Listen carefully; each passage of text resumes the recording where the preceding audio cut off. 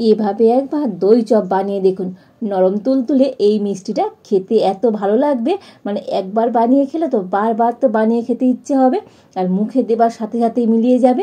বাড়িতে এইভাবে একবার দই চপ বানিয়ে দেখুন, বাড়ির সবাই তো প্রশংসা করতে বাধ্য হবে। নমস্কার বন্ধুরা, রূপা রন্ধনশালায় আপনাদের সকলকে অনেক অনেক স্বাগত জানিয়ে চলে এসেছি প্রতিদিনের মতো আবার একটা নতুন রেসিপি নিয়ে। তো আজকে আমি বানাবো দই চপ। তো সামনে আসছে কালী পুজো আর ভাইফোঁটা, আর তো এই বিশেষ দিনগুলোতে আপনারা কিন্তু খুব সহজে এই মিষ্টিটা বাড়িতেই তৈরি করে নিতে পারবেন। একদম নতুন ধরনের একটা মিষ্টি রেসিপি, যেমনই দেখতে সুন্দর, খেতেও দারুণ লাগে। তো আপনারা সঙ্গে থাকুন আর প্রথম থেকে শেষ পর্যন্ত পুরো রেসিপিটা দেখতে থাকুন।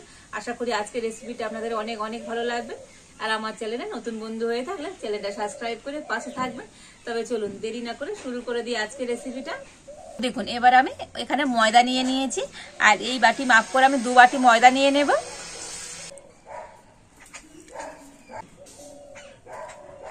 তো 2 বাটি ময়দা নিয়ে নিলাম।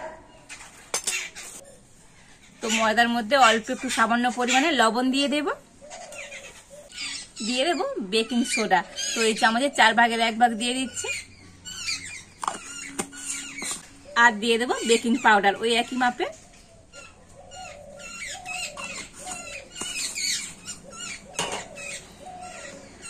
তো সমস্ত শুকনো উপকরণগুলো একটু মিশিয়ে নেব।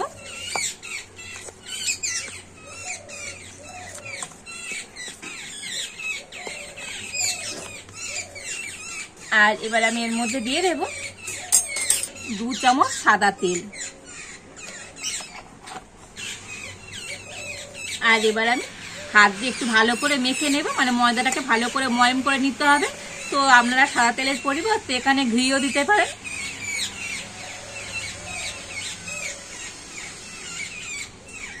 তো দেখুন, ময়দার মধ্যে খুব সুন্দর করে ময়ম করে নিয়েছি, আর ময়মটাকে ঠিক এইভাবে করে নিতে হবে। হাতে মুঠো করলে দেখুন মুঠো হয়ে যাচ্ছে, তো ভাঙছে না, যতক্ষণ না হাত দিয়ে ভাঙছে না। আর এবার আমি ময়দাটা দই দিয়ে মেখে নেব। তো এখানে আমি হাফ বাটি টক দই নিয়েছি। তো যে বাটি মাপ করে আমি 2 বাটি ময়দা নিয়েছি, আর সেই বাটির মাপ করে নিয়ে নিয়েছি হাফ বাটি টক দই। তো দিয়ে দেব।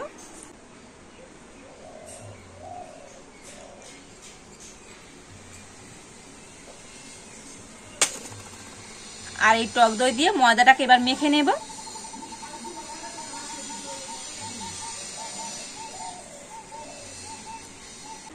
তবে এর মধ্যে 2-3 বার জল কিছুই দিয়ে মাখানো যাবে না, টক দই দিয়ে মেখে নিতে হবে।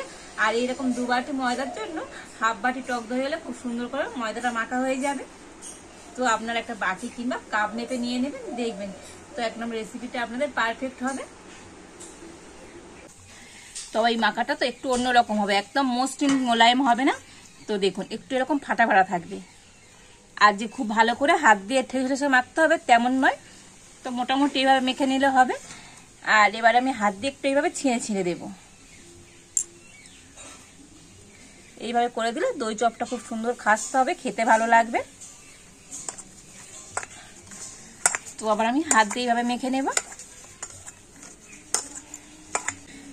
তো দেখুন এইভাবে করে মেখে নিয়েছি, আর খুব নরম নয় খুব টাইট নয়।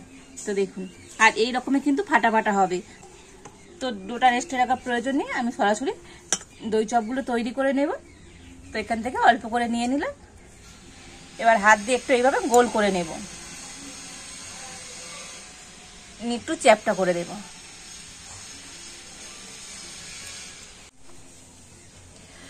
তো দেখুন এইভাবে আমি চপগুলোকে তৈরি করে নেব। আর এখন একটা প্লেটের মধ্যে রেখে দিচ্ছি। তো আবার একটু মিশ্রণ এইভাবে নিয়ে নেব। তো একইভাবে তৈরি করে নেব।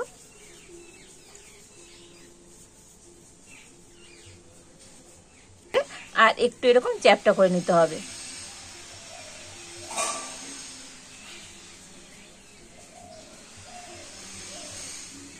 তো দেখুন এই আরো একটা আমি দই চপ তৈরি করে নিয়েছি। আর এই দই চপগুলো বানানো তো একেবারে কঠিন নয়, খুবই সহজ। আর আপনারা একবার দেখলে বাড়িতে খুব সহজেই বানিয়ে নিতে পারবেন, আর খেতেও দারুণ লাগে। আর এইভাবে একবার দই চপ বাড়িতে বানিয়ে দেখবেন, মানে অন্য কোনো মিষ্টি খাওয়ার কথা ভুলেই যাবেন। আর এইভাবে এখন আমি সমস্ত দই চপগুলো তৈরি করে নেব। তো দেখুন এই সমস্ত দই চপগুলো তৈরি করে নিয়েছি। আর এবার আমি উনুনটা জেলে উনুনে একটা কড়া বসিয়ে দিয়েছি। তো প্রথমে আমি একটা মিষ্টি শিরা তৈরি করে নেব। তার জন্য এখানে আমি 1 বাটি বাতাসা নিয়ে নিয়েছি। তো আপনারা বাতাসার পরিবর্তে চিনি দিয়েও কিন্তু শিরাটা তৈরি করতে পারেন। আর এই বাতাসাটা এখন আমি কড়াইতে দিয়ে দেব। আর ওই বাটি মাপ করে 1 বাটি জল দিয়ে দেব।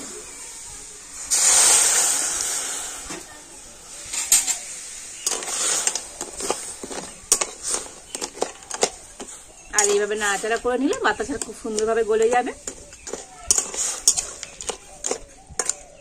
আর এইভাবে নাড়াচাড়া করে সুন্দর একটা চিটচিটে শিরা তৈরি করে নেব। আর দেখুন লাল বাতাসা দেওয়ার জন্য কালারটাও কত সুন্দর এসছে দেখুন। তো হাত দিয়ে আপনারা একটু এইভাবে দেখে নেবেন তো এই শিরাটা একটু চিটচিট করছে কিনা। তো হাত দিলেই বুঝতে পারবেন একটু চিটচিটে ভাব চলে আসবে। তো যখন এই শিরাটা চিটচিট করবে তো শিরাটাকে নামিয়ে নিতে হবে।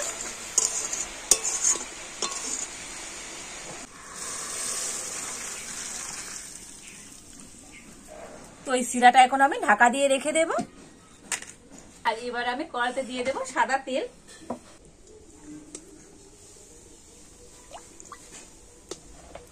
তবে দই চপ ভাজার জন্য তেল কিন্তু খুব বেশি গরম করলে হবে না, একেবারে হালকা গরম করে তো সেই তেলের মধ্যে দই চপগুলো ভেজে নিতে হবে।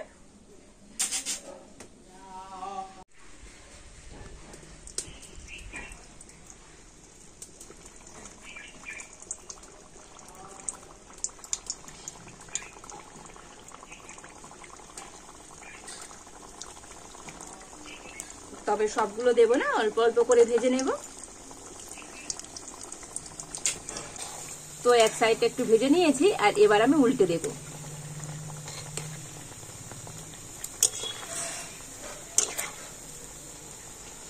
তো এই দই চপগুলো ভাজার সময় তো উনুনের জাল একটু হালকা দিতে হবে, একদম হালকা জাল দিয়ে তো দই চপগুলো উল্টে পাল্টে একটু সুন্দর করে ভেজে নেব।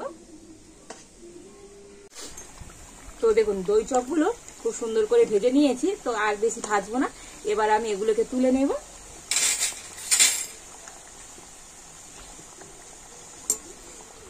আর দেখুন দই চপগুলো ফুলে কত সুন্দর হয়েছে দেখুন। তো একদম গোল হয়ে গিয়েছে ফুলে। এবার আমি এই দই চপগুলোকে একটু ভালো করে তেল ঝরিয়ে তুলে নেব।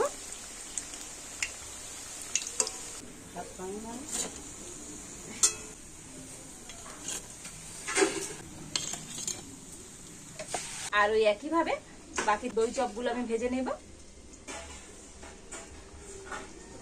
তো দেখুন এই সমস্ত দই চপগুলো ভেজে নিয়েছি। আর এবার আমি মিষ্টি শিরা থেকে ঢাকাটা খুলে নেব। তবে শিরাটা তো একেবারে ঠান্ডা হয়নি, হালকা গরম আছে। আর এই হালকা গরম শিরার মধ্যে এখন আমি দই চপগুলো দিয়ে দেব।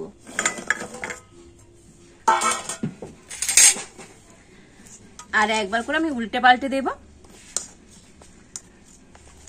তো খুব বেশিক্ষণ রাখার দরকার নেই, তো 2-1 মিনিট এইভাবে রেখে আর মিষ্টি শিরা থেকে আমি তুলে নেব।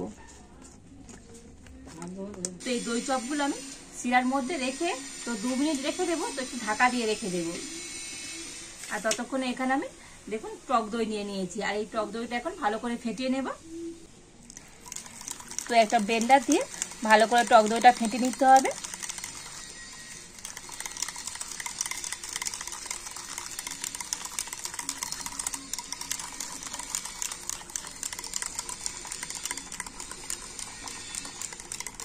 তো দেখুন টক দইটা কিন্তু খুব সুন্দর করে আমি ফেটিয়ে নিয়েছি। আর এবার আমি ফেটানো টক দইটা একটা জায়গাতে করে নিয়ে নেব। তো এখানে একটা প্লেট নিয়েছি, প্লেটের মধ্যে নিয়ে নিচ্ছি।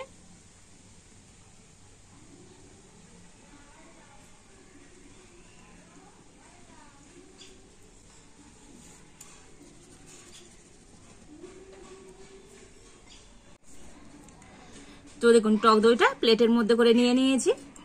আর এবারে আমি দই চপটাকে ঢাকাটা খুলে নেব। আর দেখুন এগুলোর মধ্যে তো এই মিষ্টি শিরাটা কিন্তু খুব সুন্দরভাবে ঢুকে গিয়েছে। আর দেখুন দই চপগুলোর মধ্যে কত সুন্দরভাবে মিষ্টি শিরাটা ঢুকেছে দেখুন। তো অসম্ভব সুন্দর হয়েছে আজকে এই দই চপগুলো। আর এবার আমি একটা করে দই চপ এই শিরা থেকে তুলে নেব, মানে শিরাটা ভালো করে ঝরিয়ে আর তুলে নিতে হবে। আর এবারে যে টক দইটা আমি ফেটিয়ে একটা প্লেটের মধ্যে করে নিয়ে নিয়েছি, তো দই চপগুলো আমি সেই দইয়ের মধ্যে দিয়ে দেব। তো একটা করে দই চপ নিয়ে এইভাবে দিয়ে দেব।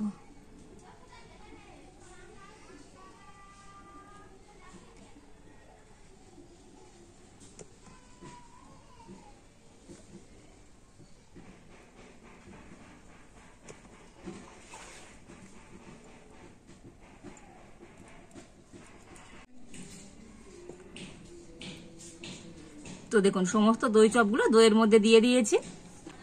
আর দেখেছেন তো আজকের এই দই চপগুলো কতটা সুন্দর দেখতে হয়েছে, আর শুধু দেখতে নয় খেতেও দারুণ হয়। তো আপনারা বাড়িতে একবার এইভাবে দই চপ বানিয়ে দেখবেন, মানে একবার এভাবে বানিয়ে খেলে তো স্বাদ সারা জীবন মুখে লেগে থাকবে। তো দেখুন আজকের এই দই চপটা কতটা সুন্দর হয়েছে, অসম্ভব সুন্দর হয়েছে, দেখতে কত লোভনীয় হয়েছে। আর এই দই চপের ভিতরে তো খুব সুন্দর করে কিন্তু চিনি শিরাটাও ঢুকেছে। দেখুন একদম হয়েছে নরম তুলতুলে, আর মুখে দেবার সাথে সাথেই তো মিলিয়ে যাবে। তো সামনে কালী পূজা আছে, ভাইফোঁটা, তো ওই দিনগুলোতে আপনারা কিন্তু বাড়িতে খুব সহজে এইভাবে একটা মিষ্টি তৈরি করে দেখবেন। আর এই মিষ্টিগুলো খেতে এত ভালো লাগবে, দোকানের মিষ্টি কিনে খাওয়ার কথা ভুলেই যাবেন। তো এই একটা নতুনত্ব মিষ্টি রেসিপিটা আপনাদের কেমন লাগলো অবশ্যই কমেন্ট করে জানাবেন। ভালো লাগলে লাইক শেয়ার সাবস্ক্রাইব করবেন। আজ এই পর্যন্ত, আপনারা ভালো থাকুন, সুস্থ থাকুন, দেখা হচ্ছে নতুন কোনো একটা রেসিপি নিয়ে।